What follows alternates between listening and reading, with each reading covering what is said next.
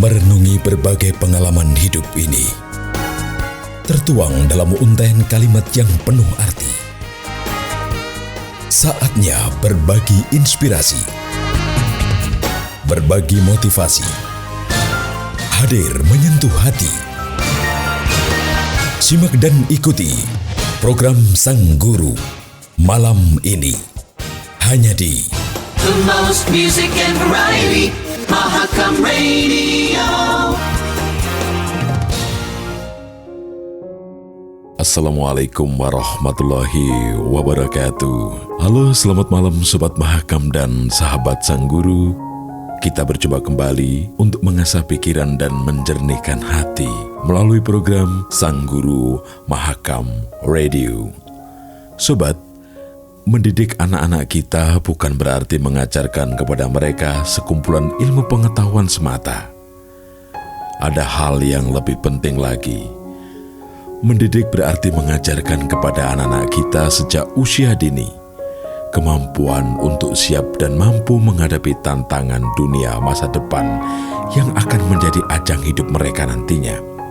Dan ini berarti menanamkan keingintahuan dan rasa cinta belajar seumur hidup, serta kreativitas, keberanian mengemukakan pendapat dan berekspresi, dan barangkali juga termasuk penghargaan akan segala bentuk perbedaan antar manusia tentunya.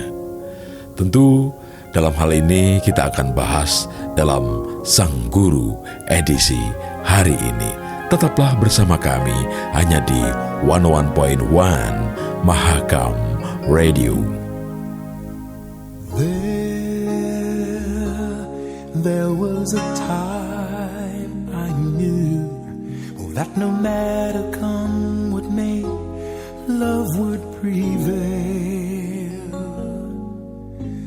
And then inside the dreams I knew came the question lovers fear, can true love fail? Then I would miss the childhood wish, and haven't I sung to you of the knight in armor bright, faithful and true to you, darling, after all I will be the one to hold you in my arms.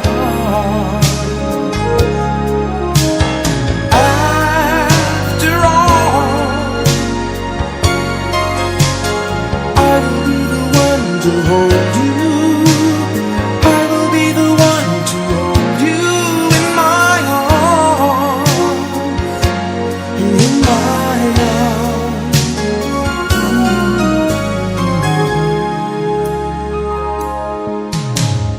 I know in my heart and mind that no matter come what may, love will survive. Love, the author of space and time, keeps the galaxies and each sparrow alive. And the love that heals the wound after the war is through is the light in armor bright, faithful and true to you, darling, after all I will be the one to hold you in my arms. And after all I will be the one to hold you, I will be the one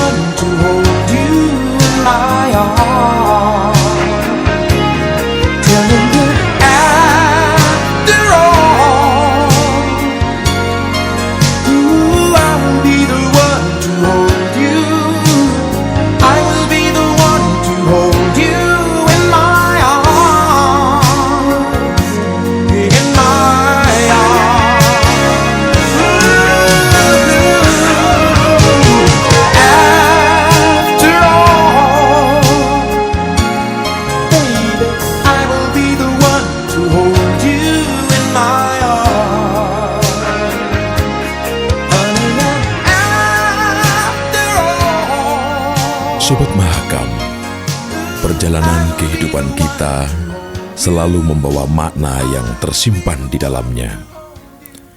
Jika semua yang kita kehendaki terus kita miliki, dari mana kita belajar ikhlas? Jika semua yang kita impikan segera terwujud, dari mana kita belajar sabar? Dan jika setiap doa kita terus dikabulkan oleh Allah Subhanahu wa Ta'ala, dari mana kita belajar ikhtiar? Sahabat Sang Guru, seorang yang dekat dengan Tuhan bukan berarti tidak ada air mata. Seorang yang taat pada Tuhan bukan berarti tidak ada kekurangan. Seorang yang tekun berdoa bukan berarti tidak ada masa sulit. Biarlah Tuhan yang berdaulat sepenuhnya atas hidup kita. Karena Tuhan adalah Maha Tahu yang tepat untuk memberikan yang terbaik buat kita. Ketika kerjamu tidak dihargai, maka saat itu kamu sedang belajar tentang sebuah ketulusan. Ketika usahamu dinilai tidak penting, maka saat itu kamu sedang belajar keikhlasan. Dan ketika hatimu terluka yang sangat dalam, maka saat itu kamu sedang belajar tentang memaafkan. Sobat Mahakam dan sahabat Sang Guru, tetap semangat, tetap sabar, dan tetap tersenyum. Karena Anda sedang menimba ilmu di Universitas Kehidupan. Sobat, inspirasi ini kami petik dari sebuah buku, Sepatu Dahlan Iskan. Untuk itu, tetaplah bersama kami, Sang Guru Mahakam Radio.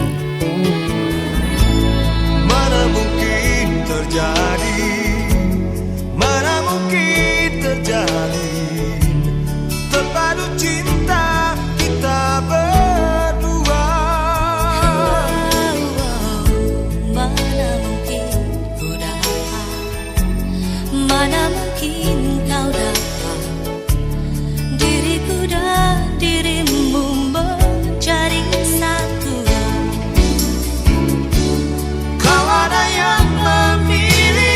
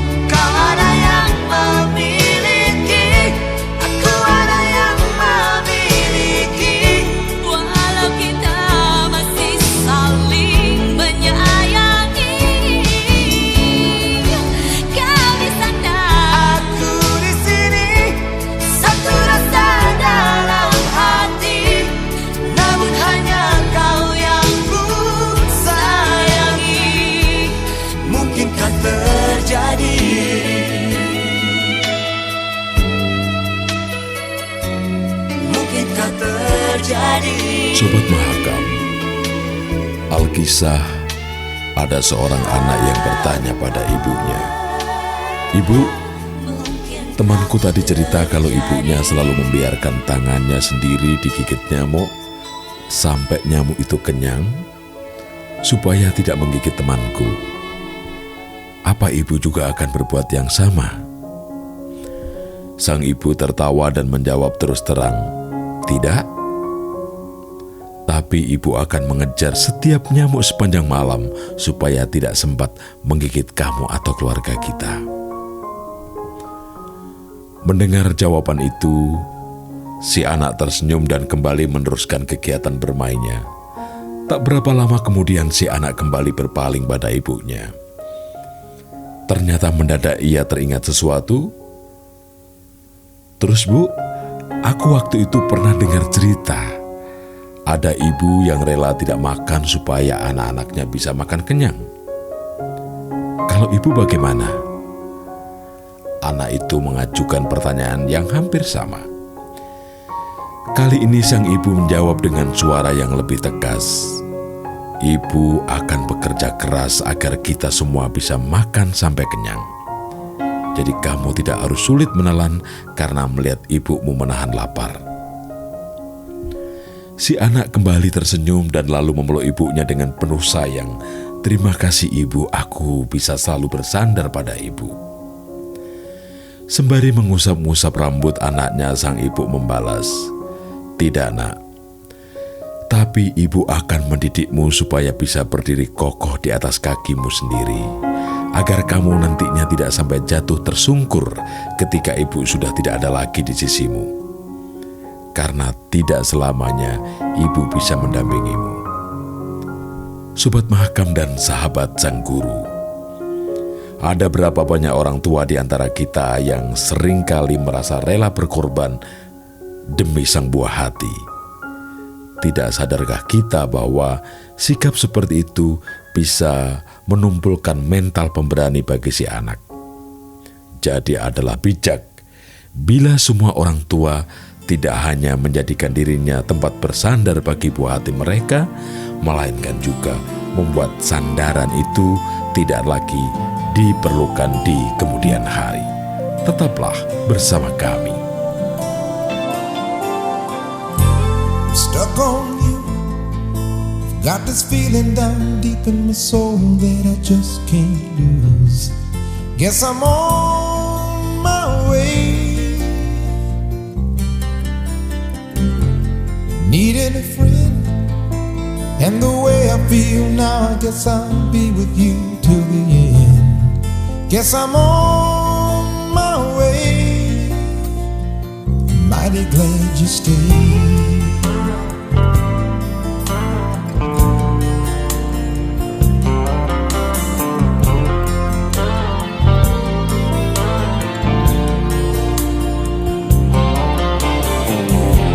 Stuck on you, been a fool too long. I guess it's time for me to come on home. Guess I'm on my way. So hard to see that a woman like you could wait around for a man like me.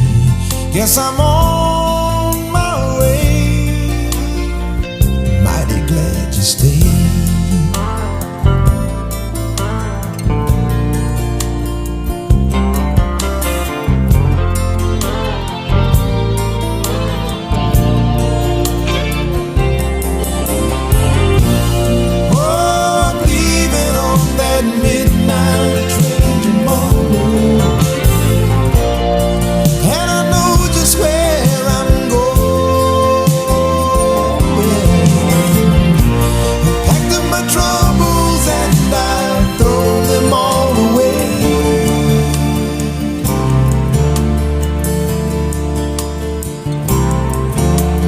This time, little darling, I'm coming home to stay.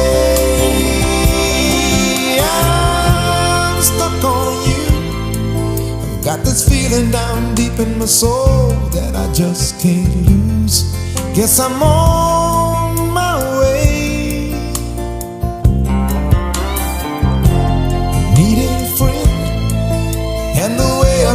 now I guess I'll be with you till the end. Yes, I'm on my way. I'm mighty glad you stayed.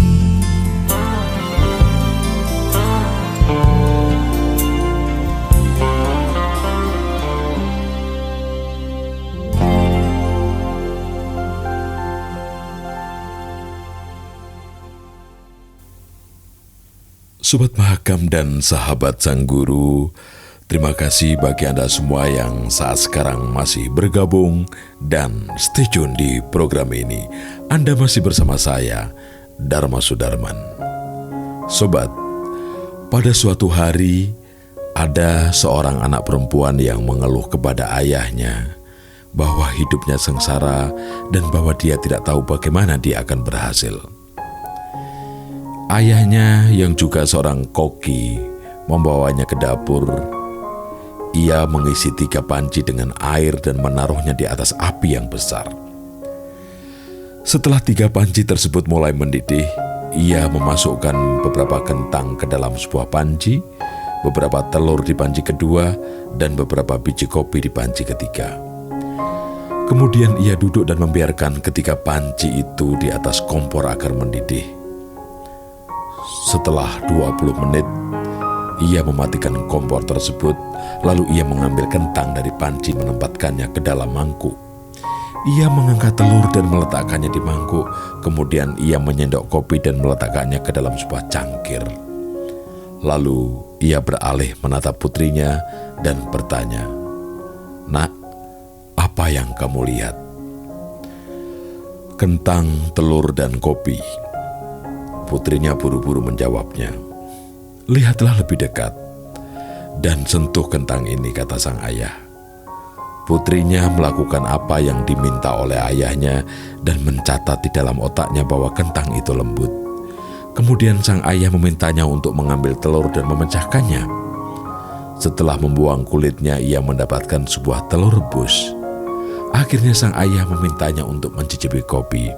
Aroma kopi yang kaya membuatnya tersenyum. "Ayah, apa arti semua ini?" kata sang anak. Kemudian sang ayah menjelaskan bahwa kentang, telur, dan biji kopi masing-masing telah menghadapi kesulitan yang sama, yaitu air mendidih.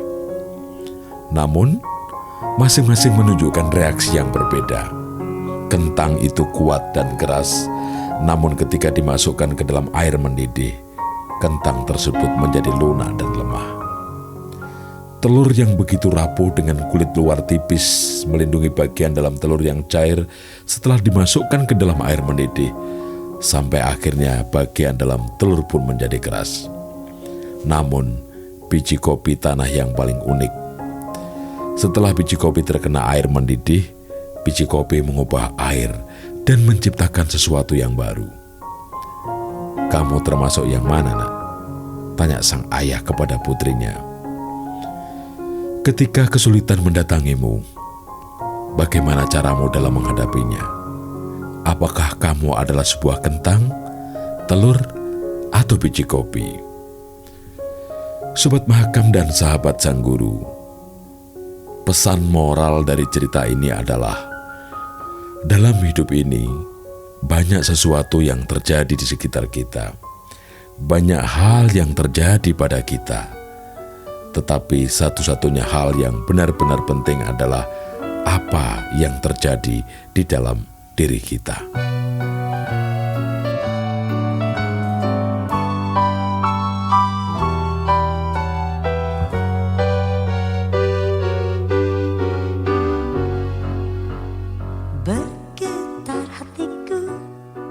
Saat ku berkenalan dengannya, ku dengar dia menyebutkan nama dirinya.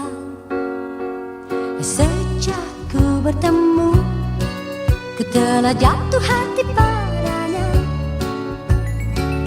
Di dalam hati telah menjelma cinta, dan bawalah aku selalu dalam mimpimu. Hari langkahmu serta hidupmu, genggamlah aku ini juga nanti.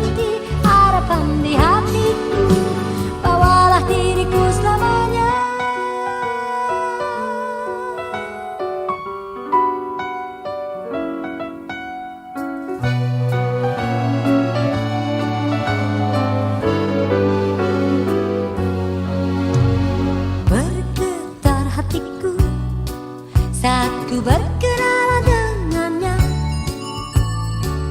Aku dengar dia menyebutkan nama dirinya. Sejak ku bertemu, ku telah jatuh hati padanya. Di dalam hati telah menjelma cinta, dan bawalah takku selalu dalam mimpimu, di langkahmu serta hidupmu. Genggamlah takku kini juga nanti, harapan di hatiku. Bawalah diriku selamanya dalam mimpimu, di langkahmu serta hidupmu. Genggamlah takku kini juga nanti, harapan di hatiku. Bawalah diriku selamanya.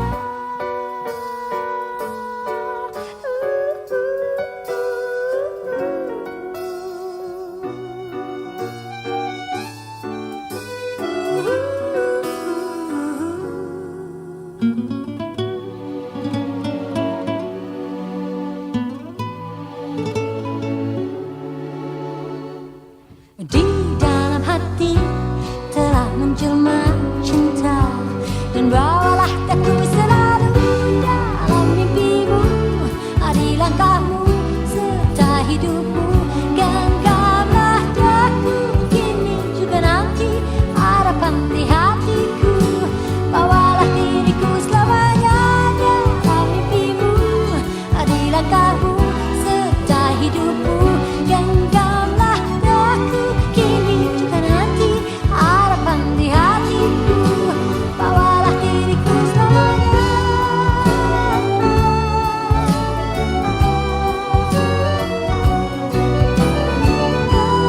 Kini juga nanti, harapan di hatiku. Bawalah diriku selamanya.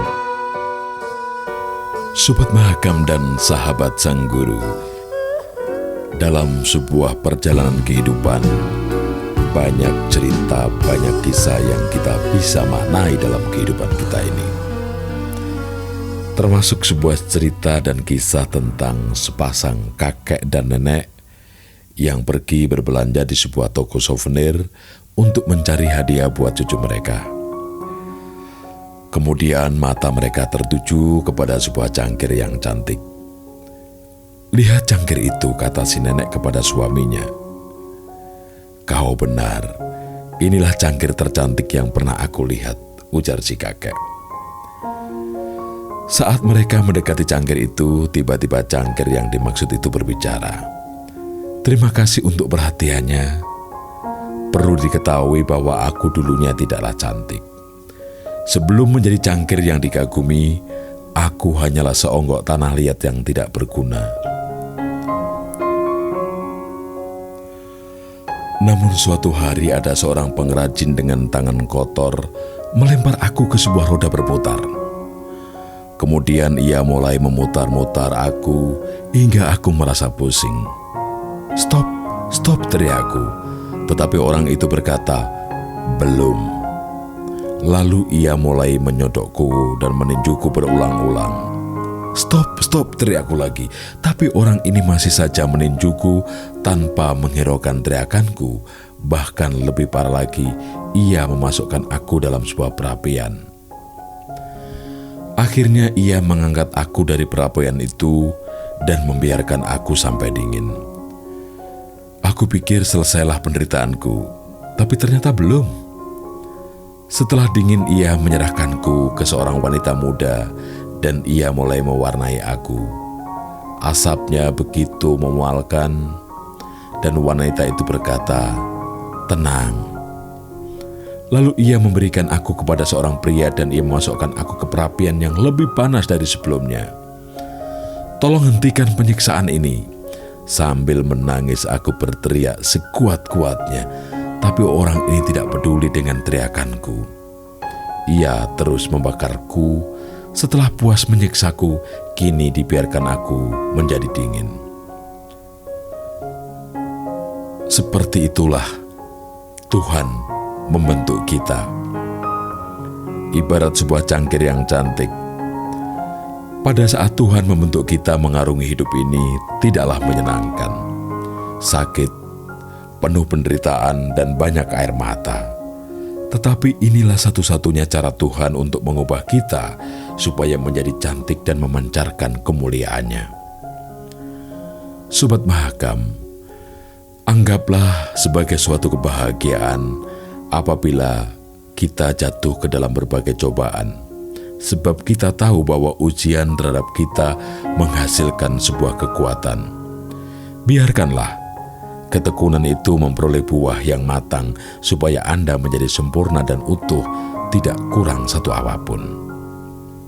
Sobat, apabila kita sedang menghadapi ujian hidup, mari kita jangan berkecil hati, karena Allah sedang membentuk kita. Proses pembentukannya memang menyakitkan dan membuat penderitaan. Namun percayalah, setelah semua proses itu selesai, Anda akan melihat betapa cantiknya Tuhan menghasilkan kehidupan kita.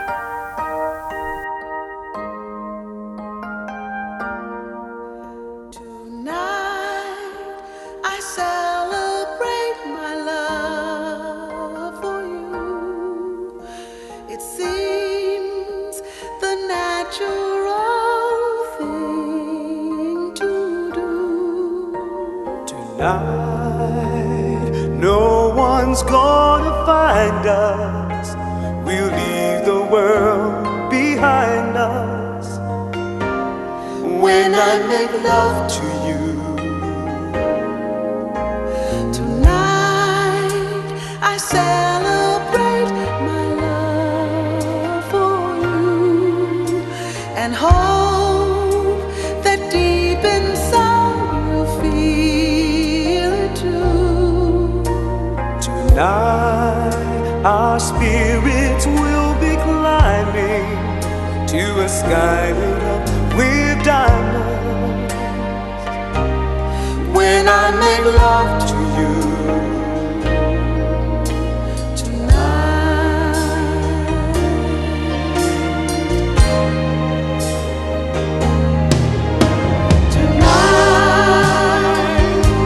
I celebrate my love for you, and that midnight sun is gonna come shining through. tonight there'll be no distance between us. What I want most to do is to get close to you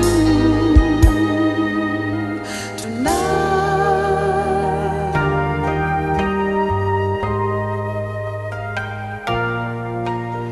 Tonight I celebrate my love for you, and soon this old world will seem brand new.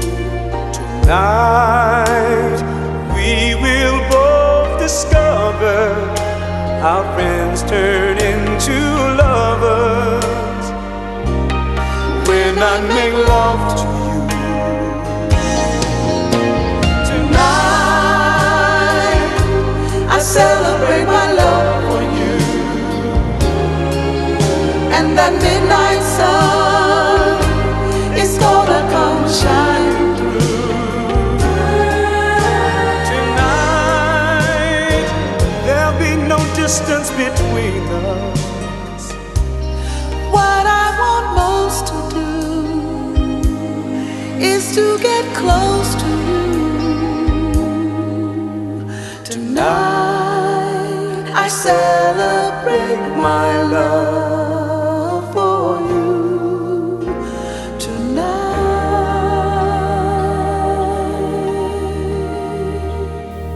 Sobat Mahakam dan sahabat Sang Guru, di sebuah taman terdapat taman bunga mawar yang sedang berbunga. Mawar-mawar itu mengeluarkan aroma yang sangat harum dengan warna-warni yang cantik. Banyak orang yang berhenti untuk memuji sang mawar. Tidak sedikit pengunjung taman meluangkan waktu untuk berfoto di depan atau di samping taman mawar. Bunga mawar memang memiliki daya tarik yang menawan bagi semua orang, dan semua orang pun tentu suka mawar. Karena itulah salah satu lambang cinta. Sementara di sisi lain taman ada sekelompok pohon bambu yang tampak membosankan. Hari ke hari bentuk bambu yang begitu saja, tidak ada bunga yang mekar atau aroma wangi yang disukai banyak orang. Tidak ada orang yang memuji pohon bambu. Tidak ada orang yang mau berfoto di samping pohon bambu. Maka tak heran jika pohon bambu selalu cemburu saat melihat taman mawar dikerumuni banyak orang. "Hai bunga mawar," ujar sang bambu pada suatu hari, "tahukah kau, aku selalu ingin sepertimu, berbunga dengan indah, memiliki aroma yang harum, selalu dipuji cantik dan menjadi saksi cinta manusia yang indah." Lanjut sang bambu dengan nada yang sedih. Mawar yang mendengar hal itu tersenyum. "Terima kasih atas pujian dan kejujuranmu, bambu. Tapi tahukah kau, aku sebenarnya iri juga denganmu." Sang bambu keheranan. Dia tidak tahu apa yang membuat mawar iri dengannya. Tidak ada satupun bagian dari bambu yang lebih indah dari mawar. "Aneh sekali, mengapa kau iri denganku?" kata bambu. "Tentu saja aku iri denganmu. Coba lihat, kau punya batang yang sangat kuat. Saat badai datang, kau tetap bertahan, tidak goyah sedikit pun. Sedangkan aku dan teman-temanku, kami sangat rapuh.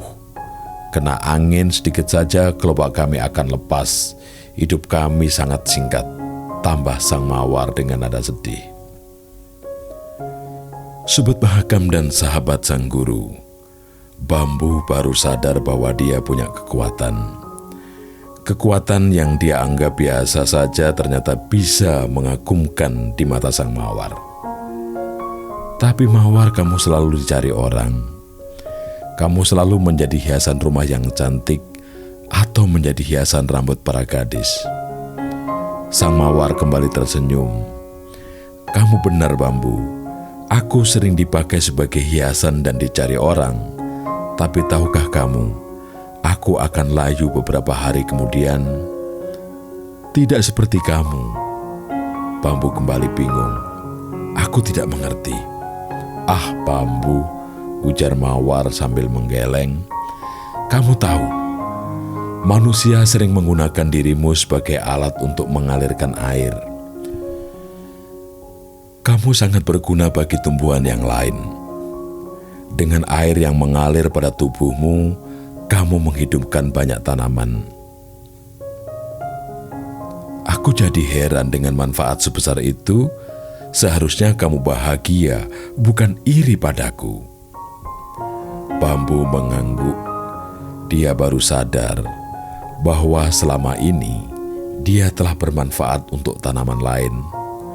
Walaupun pujian itu lebih sering ditujukan untuk mawar, sesungguhnya bambu juga memiliki manfaat yang tidak kalah dengan bunga cantik itu.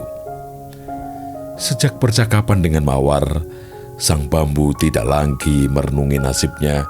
Dia senang mengetahui kekuatan dan manfaat yang bisa diberikan untuk makhluk lain. Untuk itu Sobat Mahakam, daripada kita menghabiskan tenaga dengan iri pada orang lain, lebih baik bersyukur atas kemampuan diri kita sendiri, apalagi jika kita berguna untuk orang lain. Tak sulit mendapatkanmu, karena sejak lama kau pun mengincarku.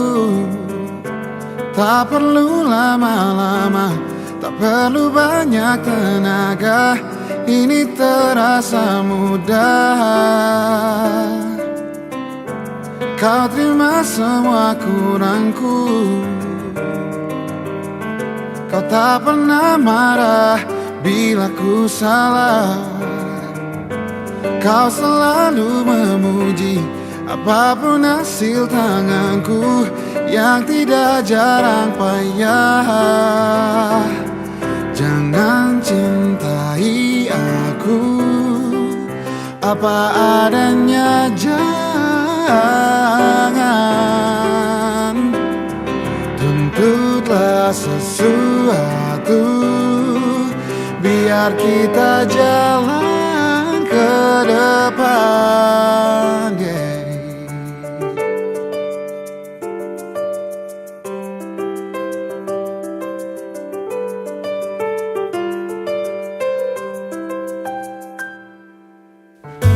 Kau terima semua kurangku, kau tak pernah marah bila ku salah. Kau selalu memuji apapun hasil tanganku yang tidak jarang payah. Jangan cintai aku apa adanya, jangan tuntutlah sesuatu, biar kita jalan ke depan. Aku ingin menjadi petamu, aku ingin jadi jagoanmu.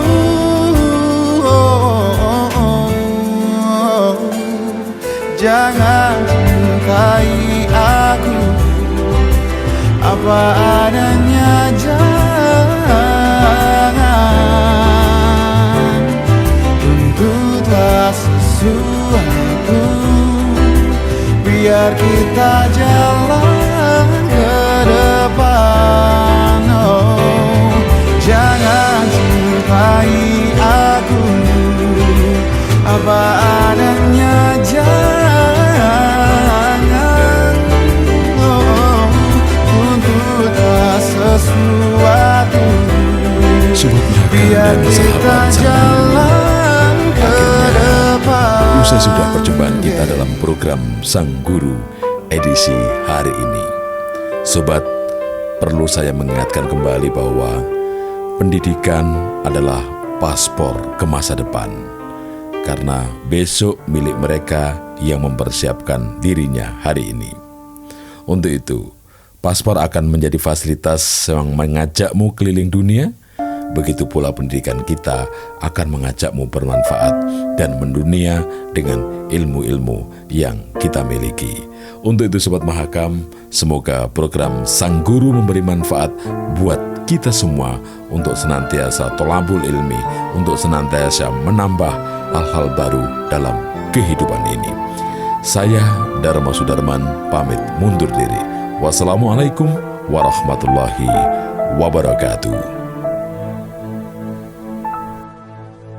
Selama aku mencari, selama aku menanti bayang-bayangmu di batas senja, matahari membakar rinduku.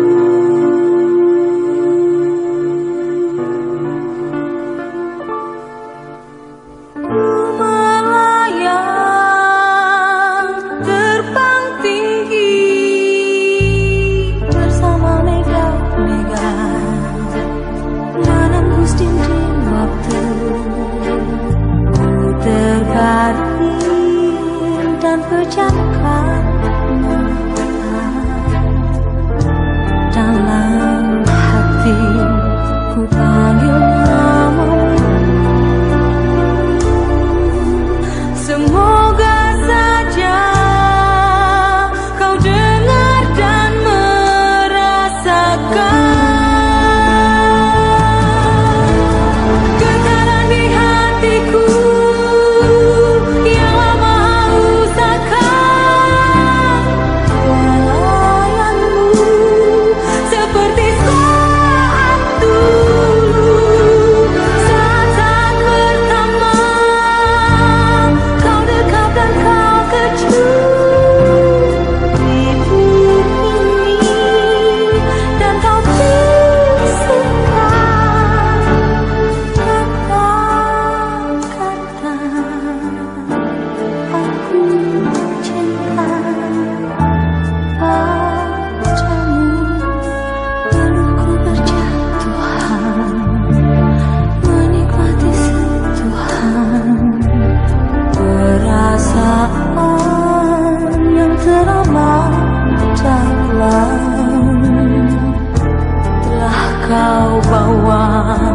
segala yang ku punya.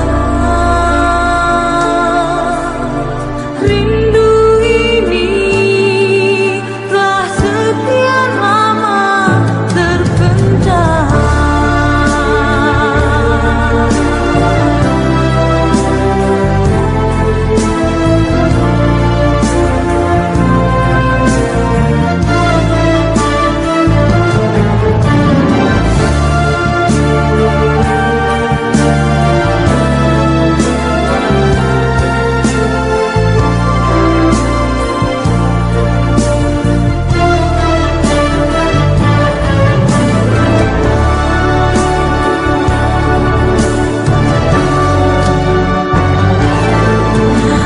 Getaran di hatiku yang lama usahakan pelayanmu seperti saat pertama kau dekat dan kau kecup titik ini dan kau bisukan